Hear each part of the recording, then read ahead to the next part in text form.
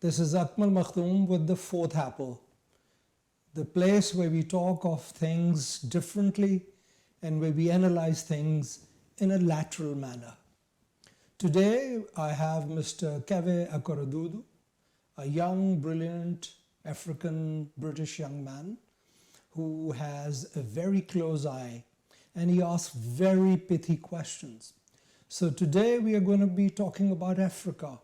So Keva, what is it that you want to talk about Africa? Yes, I would like to talk about the issue of does the West owe Africa an apology? So what you're asking is, does the West owe Africa an apology?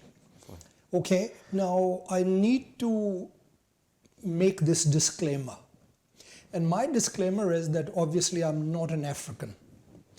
Obviously, I'm a European, but with an Asian origin, a Pakistani origin.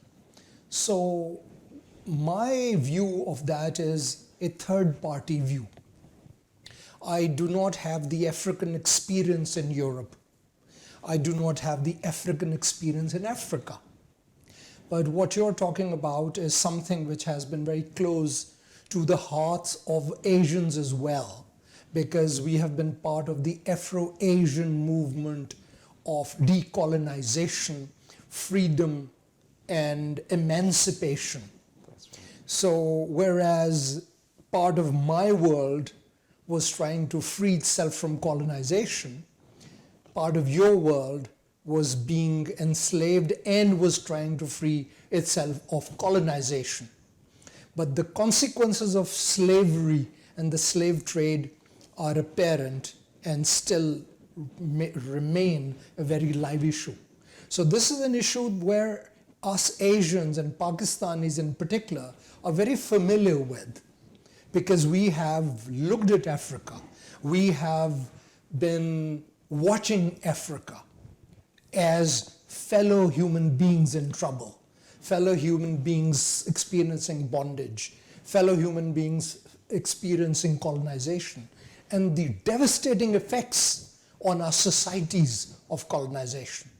Whereas you were expunged off and removed your young people and youth out of Africa as workers and slave traders, by slave traders. And whereas in Asia, there was massive exploitation of resources. And where in Africa, there was massive exploitation of resources as well. So where is all the world's gold? It's in Africa. Where is the world's coffee? It's in Africa. Where is the world's diamonds? They are in Africa. Where is the world's everything? That is in Africa.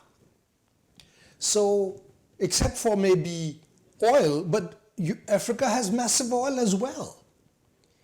So why is it that Africa is where it is? And if you see the advent and the growth of both continents, you will see parallels and similarities. So I would say that there is far more done to Africa than done to Asia by the European colonizer. The experience of Congo and the King of Belgium, that's a story that every African needs to know. The Francophone current economic model and the way France is completely dominating and micromanaging past African colonies at this moment needs to be told to everybody. African states which were previous colonies are still paying a freedom tax because they have to pay a kind of a ransom for being freed. So what I would say is that the political, social, and economic devastation that has been created in both the continents of the African colonizers, that obviously has to be recognized first. The first intellectual challenge, of course, the political challenge came from the fathers of African freedom, Nkrumah, more recently Kagame, Thomas Sankara, and Lumumba, and others, right? Kenyatta, Jomo Kenyatta is somebody that, was a great leader. So, and then in Asia, you had Sukarno from Algeria, you had Boumediene, that's also a North African scene. That's right. Then you have, in Pakistan, you had Jinnah, the great leader. Then you have the great Gandhi for India. Yes. So these were the people who actually were the fathers of the freedom movements. And they actually brought freedom. But then that was a political freedom. So basically what I was saying was that what Europe needs to look at, if Europe follows the principles of freedom for Africa, emancipation for Africa, economic development in Africa, then Europe needs to make 3 commitments. One is that there'll be no political interference. Number 2, there will be no military interventions and no using of the African armies to topple their African elected democratic representatives. And the third is the real emancipation and freedom. And that is that how African economies can be freed from the European clutches.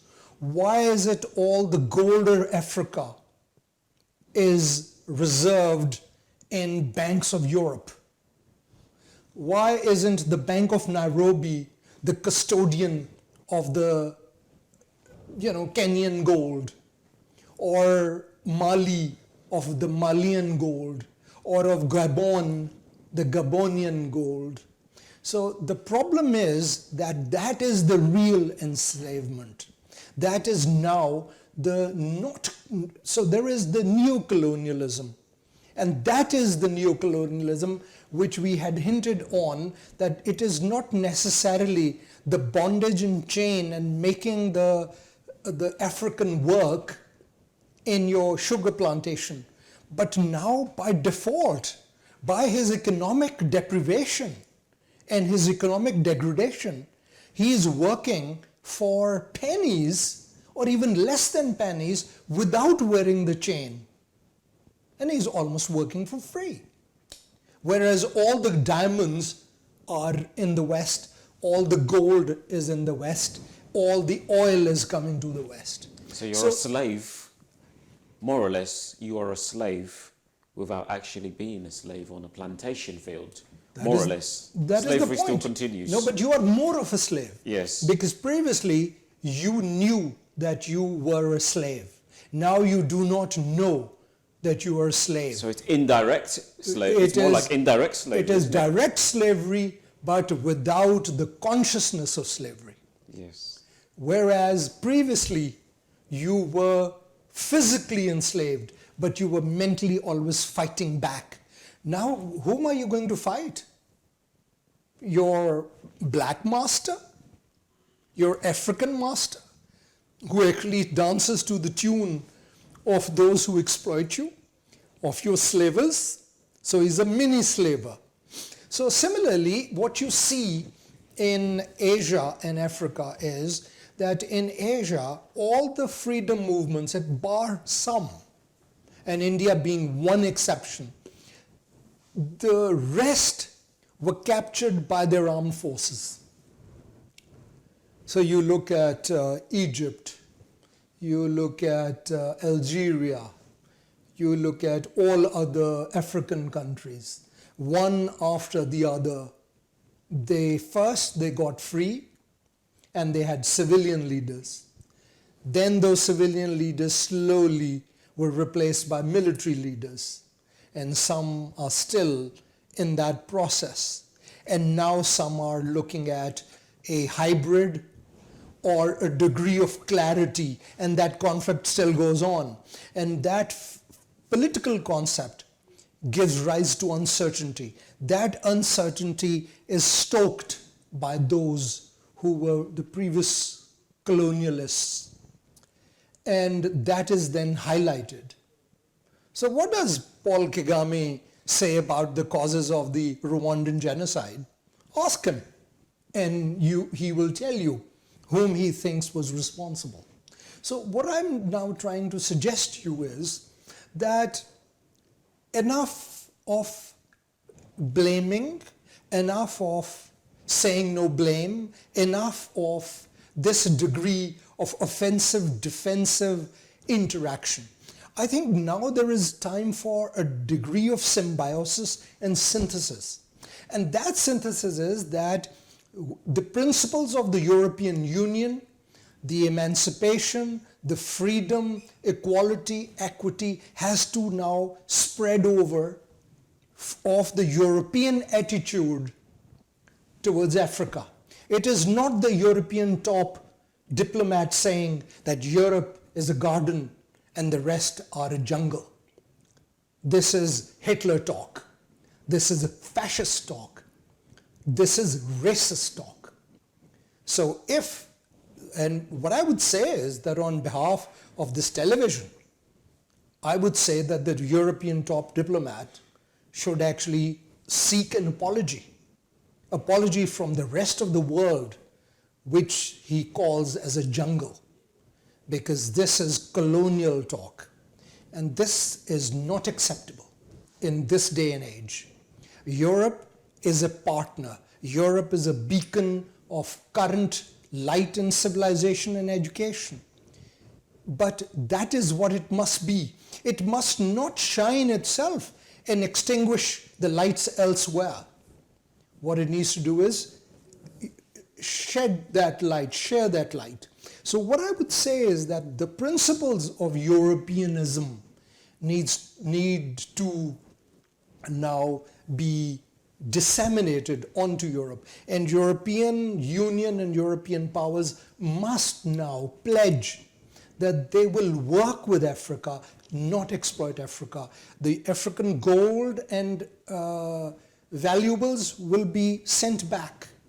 African military will not be incited to stage coups. And relationship is going to be of a brotherly, friendly, and mutually beneficial nature. So I think that the attitude now needs to move from the previous slave-master relationship, then the resentment relationship, then the accusatory relationship, and now it needs to become a more mature relationship. Do you think that is an idea? I think that is an idea. I also believe that things such as trade deals, that can also break down barriers between continents and nations. Yeah. So, for instance, if, for example, Nigeria, Ghana, whoever, has a trade deal with maybe France, Germany, England, maybe.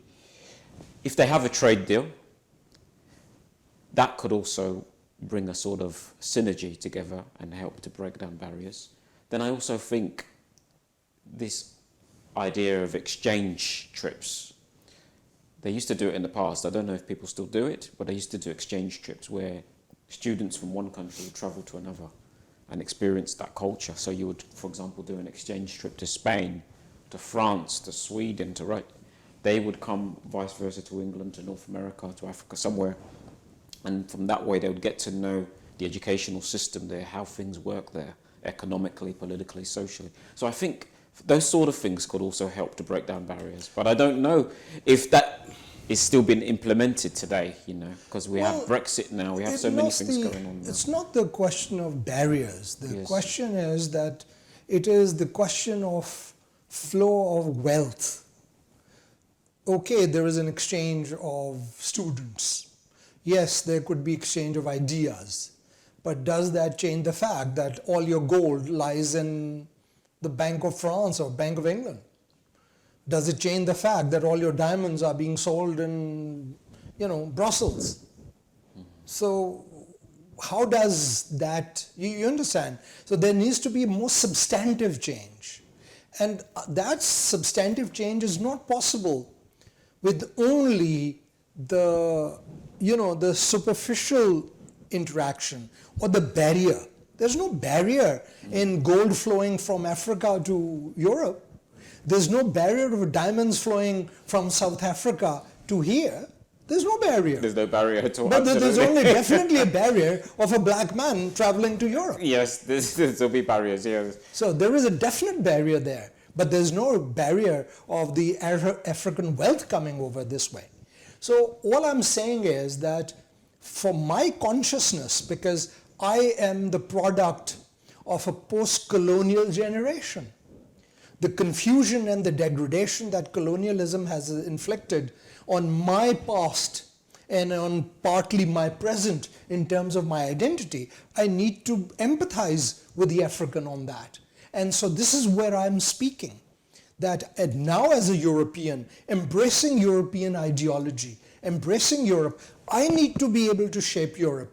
Not that fascist thinking philosophy that calls the rest of the world as a jungle. Because then rest of the world, the people who come from there are all jungle people. What is he talking about?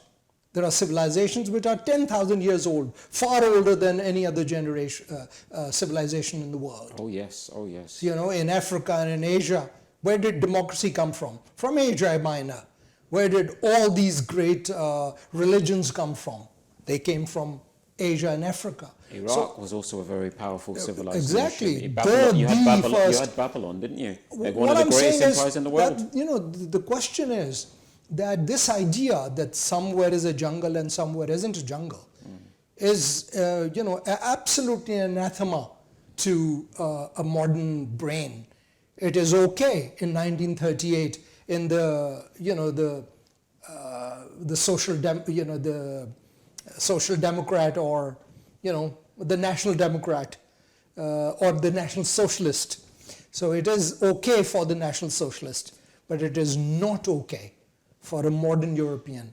And I believe that I am a modern European. I believe you're a modern European. And I think we must now look at a Europe that is a beacon of emancipation and civilization, and not of oppression and calling the rest a jungle. Well, I think we have spent a lot of time today in this discussion.